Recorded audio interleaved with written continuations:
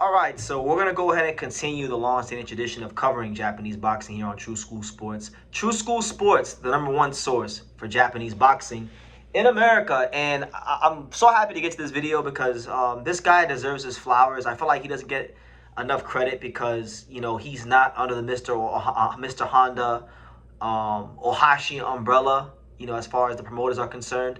He's with Kameda Promotions and 3150, which are like the outcasts of Japanese boxing. So when you're a Japanese fighter and you're not under the Mr. Honda umbrella of promoters or gyms or things like that, you will struggle to get, you know, your just due coming out of Japan. But this guy, for me, he deserves his flowers because Masamichi Yabuki, pound for pound, one of the hardest punchers in boxing today.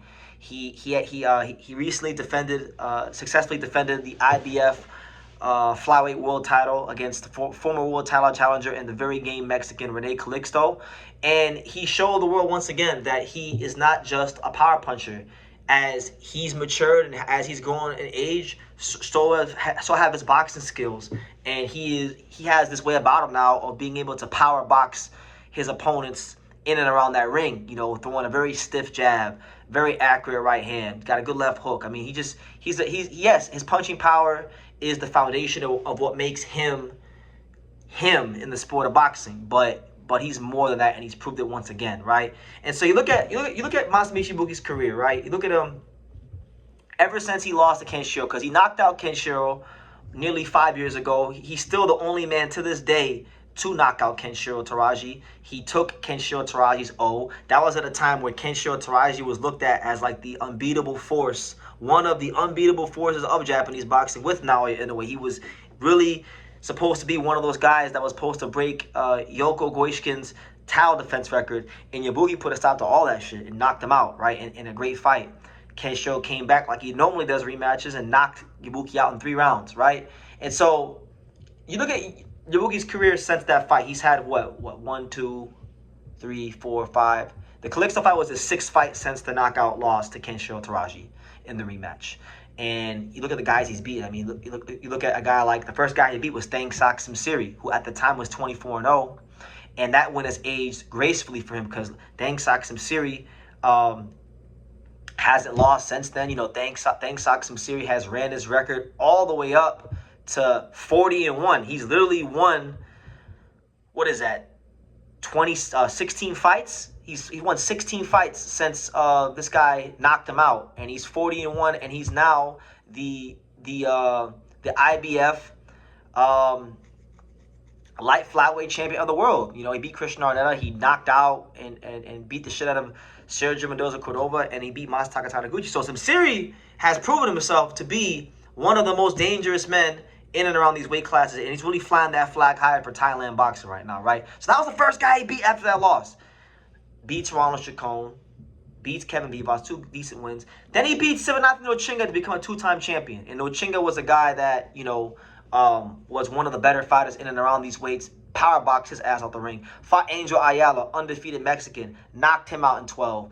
Felix Alvarado, former world champion, knocked him out in 12. Nobody's ever knocked out Felix Alvarado before, and now he's beating Rene Calixto. So I'm saying all this, and I'm setting the stage, and I'm painting the picture for you guys to tell you guys that, look, the best fighter from Japan right now is Naoya Inoue. There's no debates about that. I mean, he's probably the best fighter in the world right now. But at this moment in time, on this fine day of June 15, 2026, at 11:43 p.m. Eastern Standard Time, the best fighter from Japan right now is Masamichi Yabuki. Yes, it is not Junto Nakatani. Yes, I know Junto Nakatani beat Yabuki early in his career in a 4-round fight. I mean, but that's a 4-round fight. Who knows how that fight would have been in an 8, 10, or a 12-rounder, right? So I don't put that much stock into that. Yes, it is true. The Masamichi Yabuki, a couple fights after that, got his clock clean and got knocked out in 1 round against Seigo Yuriokui. These things are true. But look at what he's done since that. Look at who he's beaten. He beat Kenshiro. He knocked out Kenshiro Teraji, one of the hardest guys to knock out in boxing, right? Knocked out Felix Alvarado, another one of the hardest guys to knock out in boxing. And he's beating Nochinga, who was a top guy. I feel like, yes, you could say someone like Kenshiro Taraji or Juju Nakatani, you can say to those guys, or even a Kazuto Ioka, you can say that those guys are more accomplished than Yabuki, and I wouldn't necessarily argue with you. I can't argue with you. They've scaled more weight classes. They've done more in terms of accolades. But if we're talking about current form, if we're talking about like current form, performances, and accomplishments, but with the extra emphasis on current form, the best fighter from Japan, not named Naoya Inoue at this moment in time, is Masamichi Yabuki, and he deserves his flowers.